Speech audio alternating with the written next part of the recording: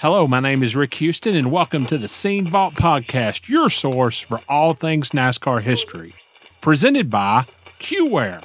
Maintain excellence.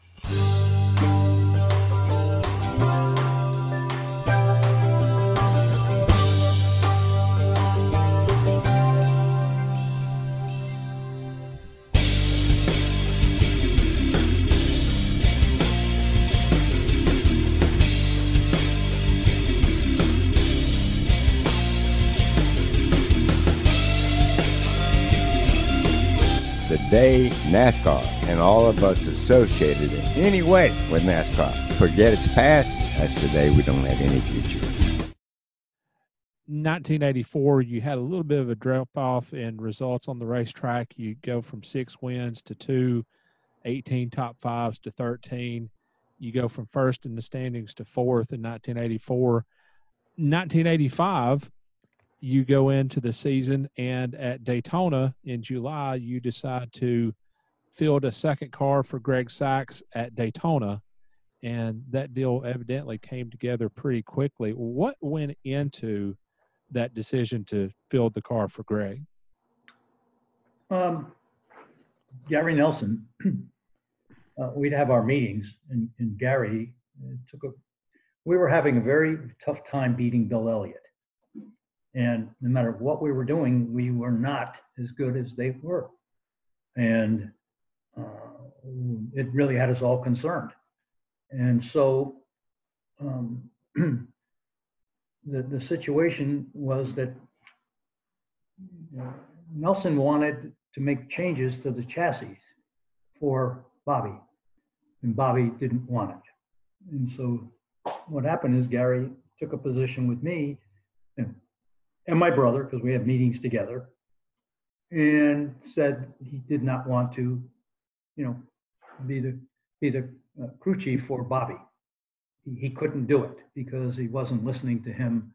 In order to compete against Elliott, he needed to do things, and Bobby wanted his same old chassis that he wanted. And so he refused to be his crew chief. So we elevated, I'm trying to think of his name, Robin Pemberton, to crew chief for Bobby. And Nelson said to me, and Yates and my brother, and he said, there's an engineer at Ford that has created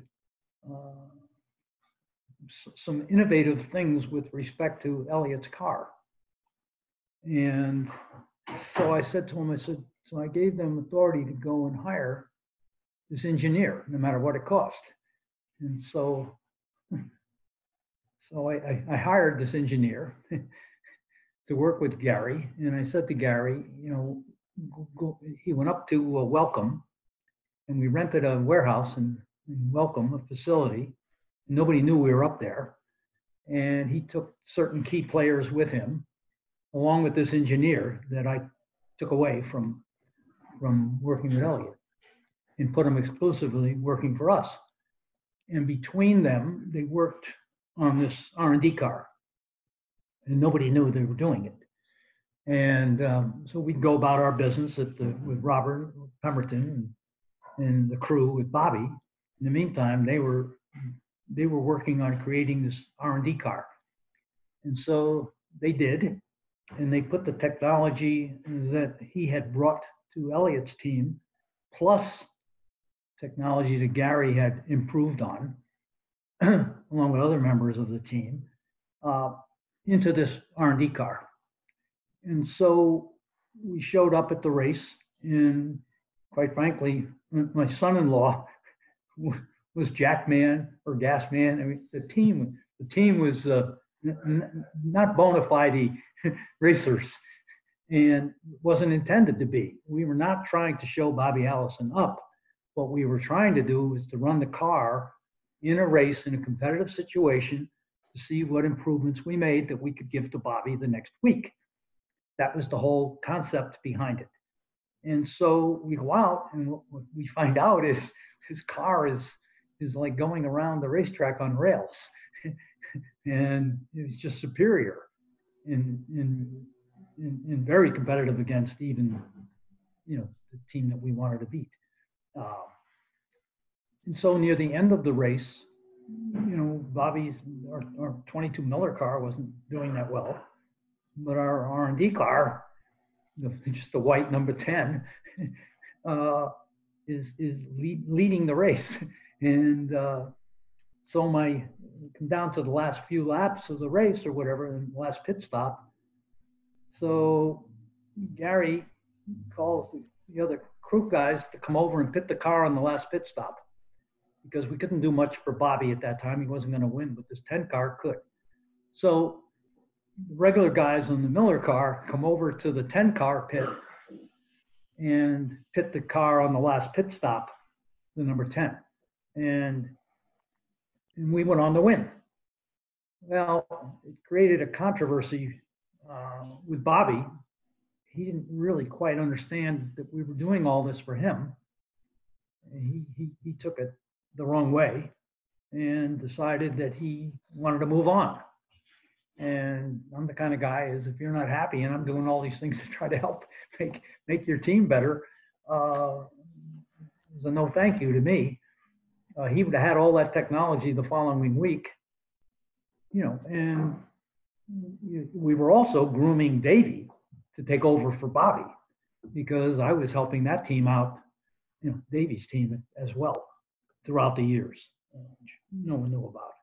But the point is that Bobby just, in my opinion, obviously took it as an insult or something. And I don't know what it was. To this day, I still don't know why Bobby took the position of saying, he didn't want to drive for Diegard anymore.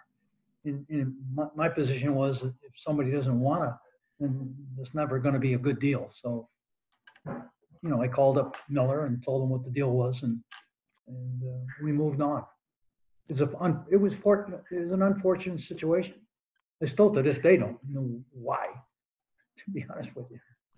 Well, if there were rumors about the 1982 Daytona 500 bumper, the 1985 Daytona car, Firecracker 400 car, is absolutely mythical, legendary. Can you say what exactly was going on with that race car that made it so good on the racetrack? Oh, well, you're getting into the engineering side of it, which is not my forte. It was worth a shot. Yeah, I wish I could give it to you. Yeah.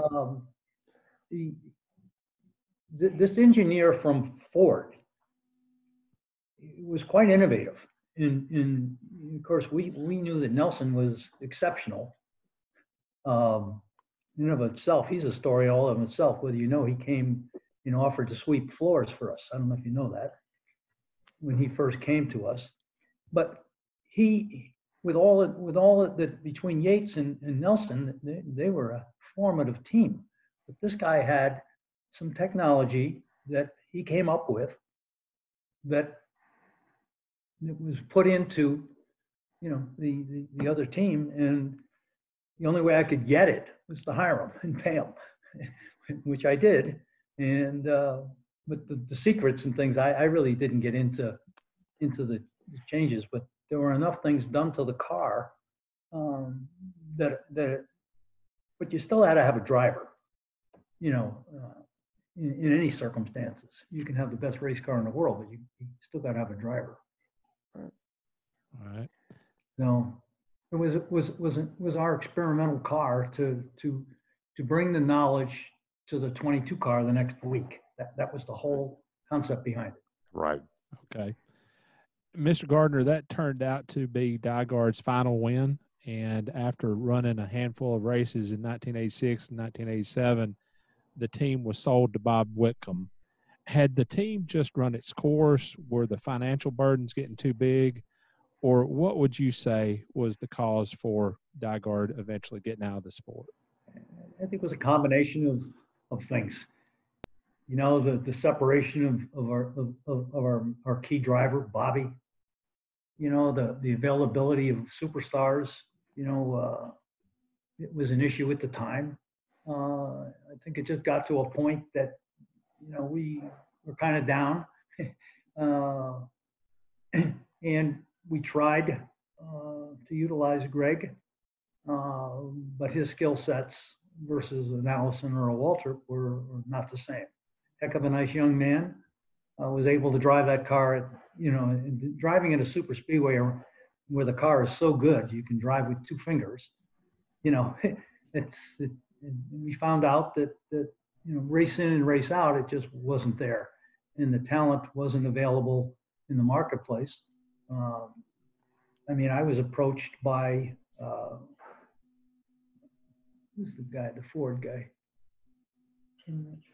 No, the team owner that owns it, Jack Roush. Jack had called me one day. Jack wanted to be my partner. And that didn't work out. But I think it we just ran its course.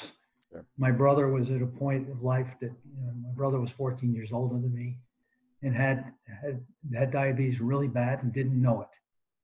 Wow. And we stopped every 5 minutes for drinks. And one day I was driving to a race with him, and he's every gas station he's stopping. And that's the first time I had seen my brother do this. And I said, Jim, there's something wrong, man. And my brother had diabetes real bad. And then, of course, my brother got Alzheimer's. And the combination of all those things going in the wrong direction, and quite frankly, I was the financial and legal side of the company, but my brother ran the team day to day with these people. He really had his handle on and so not having my brother is just a combination of things.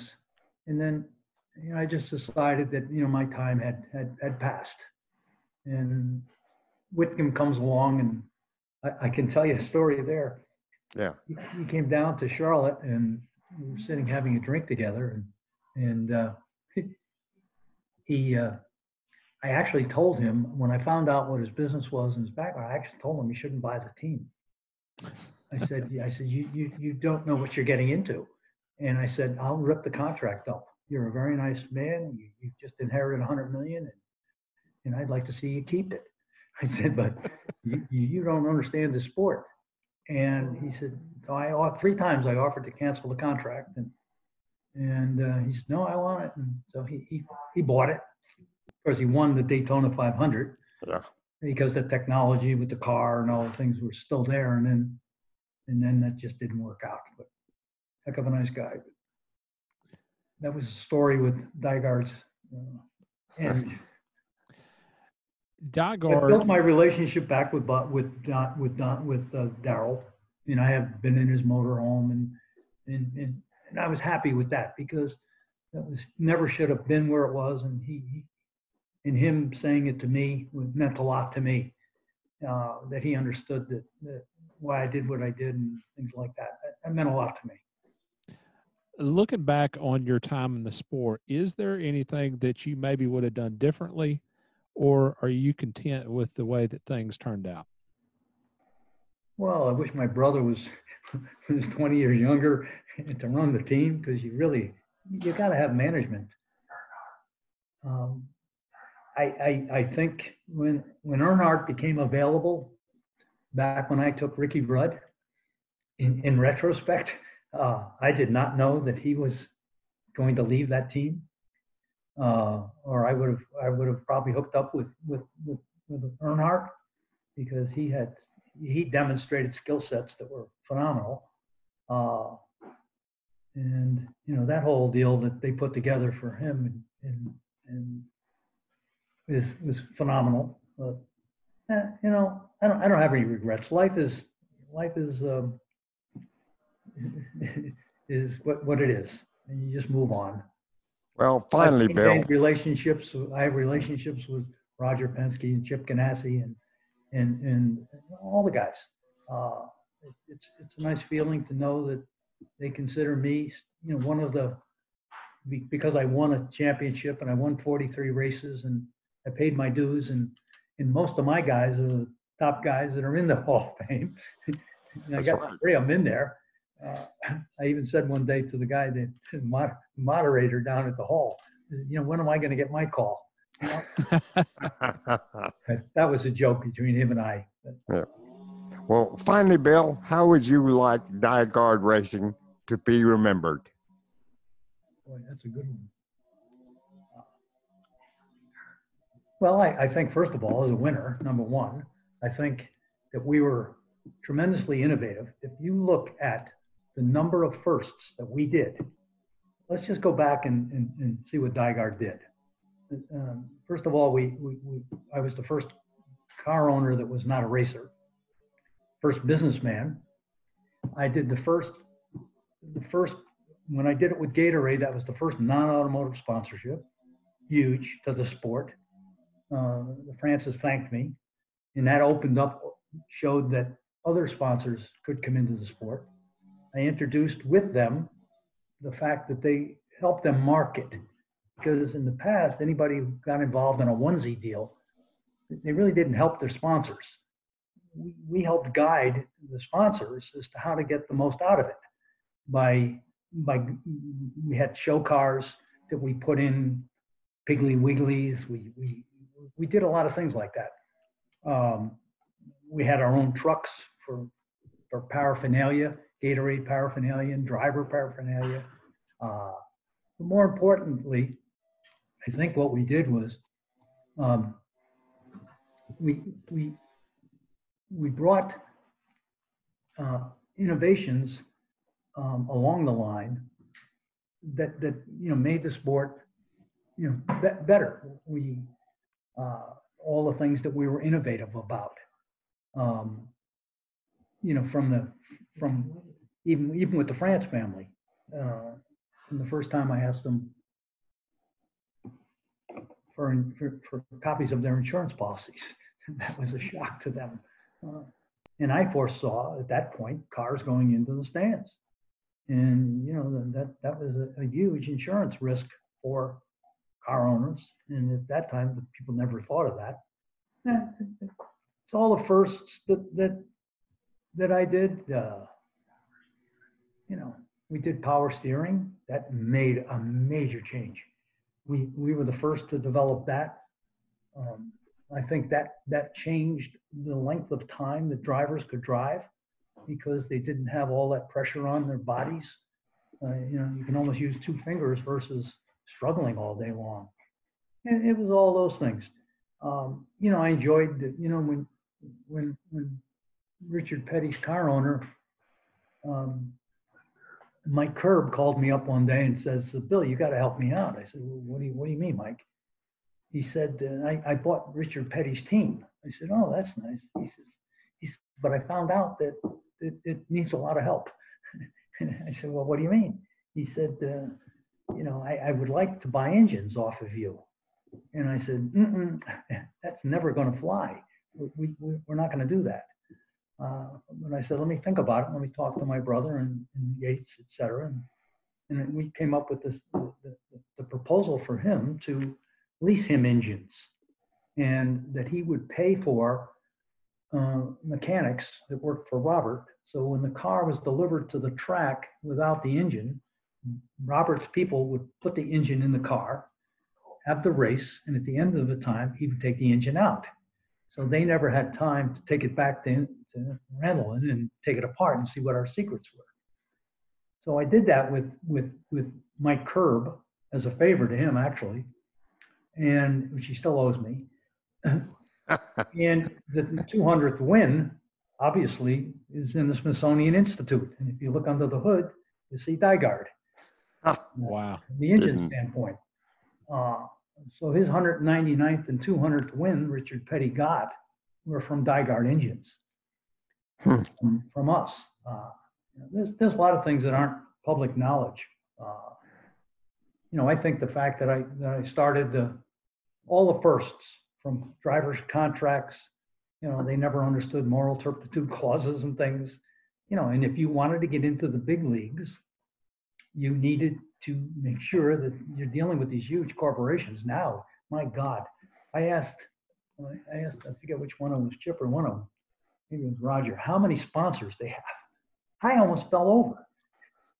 I think it was Richard. Richard said to me, think he said he had 43 sponsors, you know, for his cars between the it's just mind-boggling. The things that have changed over the years. I don't know. I think I was innovative. I for all the things that we did, I think made the sport better.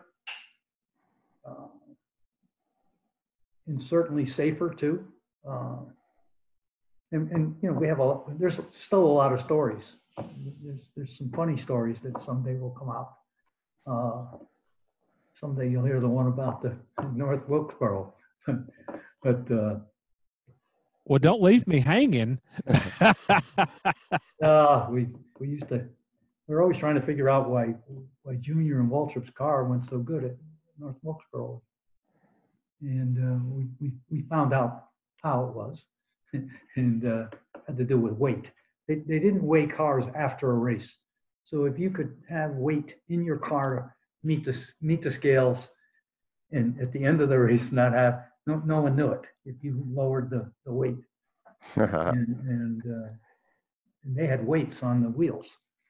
So on the first pit stop, when they took the tires off, you put the new ones on. The weights went off. The car was lighter. Yeah. And then we came up with one better, and that was innovative. But those are the things, you know. We in order to compete, you know, people say, well, you cheated. Well, you know, the story was, if you didn't get caught, or if it wasn't in the rules, then it's not cheating. That's really what the sport was all about. A lot of things we did they would write a book. They would write a rule book afterwards. For instance, Bobby Allison we had a problem where heat was so bad one day in the car, I forget what it was, that Gary Nelson got up on the roof and cut a hole. He literally cut a hole in the roof. And NASCAR is going over there crazy. What are you doing? Yeah. And it wasn't in the rule book that you couldn't do this. Well, next week, guess what's in the rule book? So I think that you know, that's going back to another funny story was back when AJ Foyt was in the race and Darrell was we were at Daytona, and we knew that everybody was using nitric oxide and stuff like that for qualifying. And so, but we didn't get told. A few chosen teams got told they were going to do these major inspections. We were not one of them. But in order to compete, we felt that we had to do the same thing. So I think AJ was on the pole and we were second. And they pulled the cars in and they lifted the hood on AJ's car and it's right there, the tank. and so they came over to our car and they couldn't find it. And they went crazy. And so I get a call from Billy Jr. and says, you know, can you come up to the office and you talk to you, Bill? So I went up to the office to meet with Billy, and I brought my brother and Yates and up there. And he says, you know, we know that there's a problem. We know you have something, but we can't find it. And we're going to tear your car apart piece by piece into little pieces. And I said, well, okay, go ahead. And if you do, I'm going to own NASCAR and you're going to be working for me. And so he looked at me and said, that's a very good thought. He said, but we're going to do it, Bill. So he played Russian roulette with me and he won. And I said to him, I said, okay, I don't want my car torn into little pieces, because, you know, whether he would have done it or not, I don't know. But he actually won the battle between the eye, which I don't usually admit to things like that. I don't usually lose. But he still didn't know where it was. So they put 4 police officers on our car and on the corners of our car in the garage. And everything that came off the car, they checked. And where it was it was in the roll bar. And it was in the roll bar, and then of course you have that foam around it, and they couldn't find the tank. That's where it was. So Nelson was ingenious in putting the thing where it was, and we knew that eventually, you know. So we admit we had it, and we would give it to him after the race, and it was a pretty interesting day that took place. That was a Bill, it's been enlightening, I can tell you that. I had a lot of fun in the sport. The guys that are in there now, I admire tremendously. I mean, I can remember talking to Rick Hendrick when he was ready to even go out of the sport. And look at him now. Yeah. And he's got all these wins and championships, and you know, I wanted multiple cars. I foresaw the multiple driver helping each other, the teams, but back then those guys didn't believe it. They believed in the one car deal. They couldn't see it. But you know, now today they all share knowledge. Which is a good thing.